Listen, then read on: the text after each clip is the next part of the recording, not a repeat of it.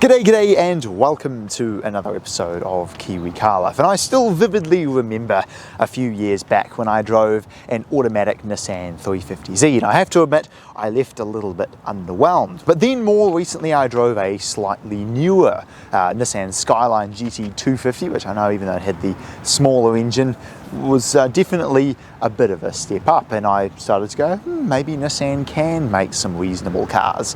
And today I think the Nissan 370Z might be the car that changes my mind about Nissan Z cars, or VQ engines in general.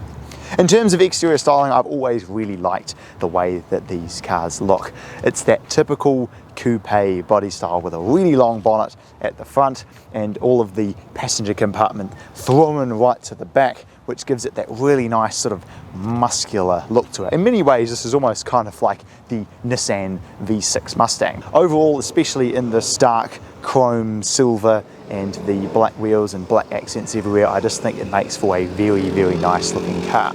The engine fitted to the 370Z is the universally liked or universally hated Nissan VQ engine. In the case of this, it's the VQ37 VHR, which is a 3.7 litre double overhead cam variable valve timing V6. It revs to over 7,500 RPM, makes 248 kilowatt and 370 newton meters, which are some very, very healthy numbers. And you could pair it up with either a 6-speed manual or, in the case of this, a 7-speed automatic transmission.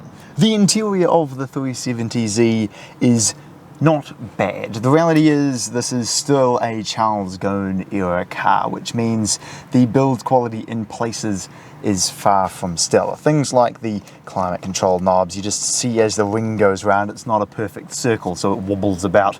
Shift knob assembly is just made out of cheap scratchy plastic, along with some of the other dash materials and so on, and the steering wheel doesn't really look any more special than what you find in, say, a Nissan Tiida, but it's not all bad. Thankfully, the seats are excellent. The leather on the steering wheel feels very nice. It's that perforated leather that I have on my Honda Accord that I really very much like. The paddle shifters make a little bit of a funny noise when you pull on them, but they have this nice metallic weight to them, which I like, and interestingly they are column mounted rather than steering wheel mounted. And the gauges look absolutely fantastic.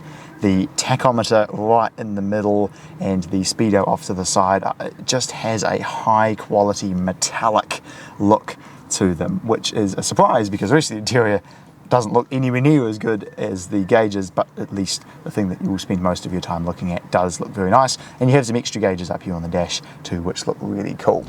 Driving the Nissan 370Z, I have been absolutely astounded at how comfortable this is. The seats are great, it rides actually really well. I mean, it still feels like a sports car, but I've been driving on some awful roads to get to this point where I've started filming, and it's not even that jarring. But of course, the moment that you've all been waiting for, VQ, what do I think? Let's find out.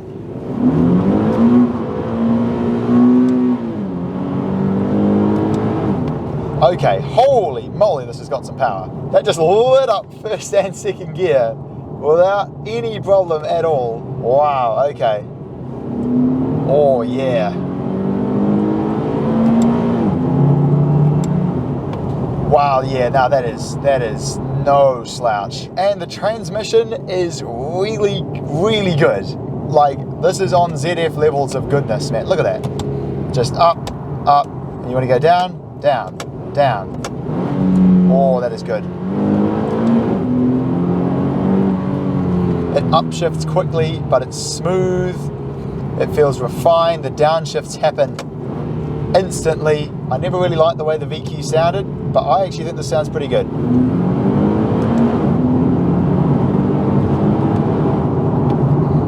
It's not actually anywhere near as loud as I really thought, eh? Like, it's quite a sort of intense, very airy, just meaty sound. This is not a car that learners should be driving. This car, you know, means some serious business. And it's got more than enough power to absolutely light up the back end. Turn it in.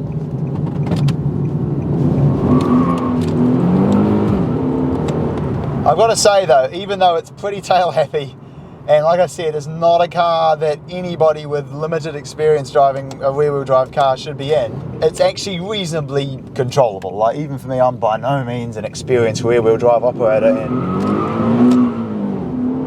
and I can kind of handle it. This is, from a driving perspective, outstanding. It's really fast, like seriously, like put you in your seat, wow fast. The transmission performance is great, up and down gears. Very, very impressed by the transmission. This is on like BMW tuned ZF levels of just great transmission performance. The engine sounds great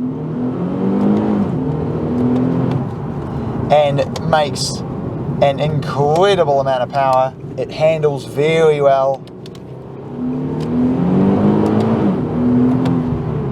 and really gets up and goes when you want it to, eh? This has proven to me that Nissan sure knows how to make a good car, man. So there we go. If you want to see some other Nissans that I've reviewed fairly recently, then click over here to see me comparing my Accord with a Skyline GT250. And click over here to see me reviewing a 350Z, although that was a little while ago, so it wasn't one of my better videos. And I will look forward to seeing you again next time.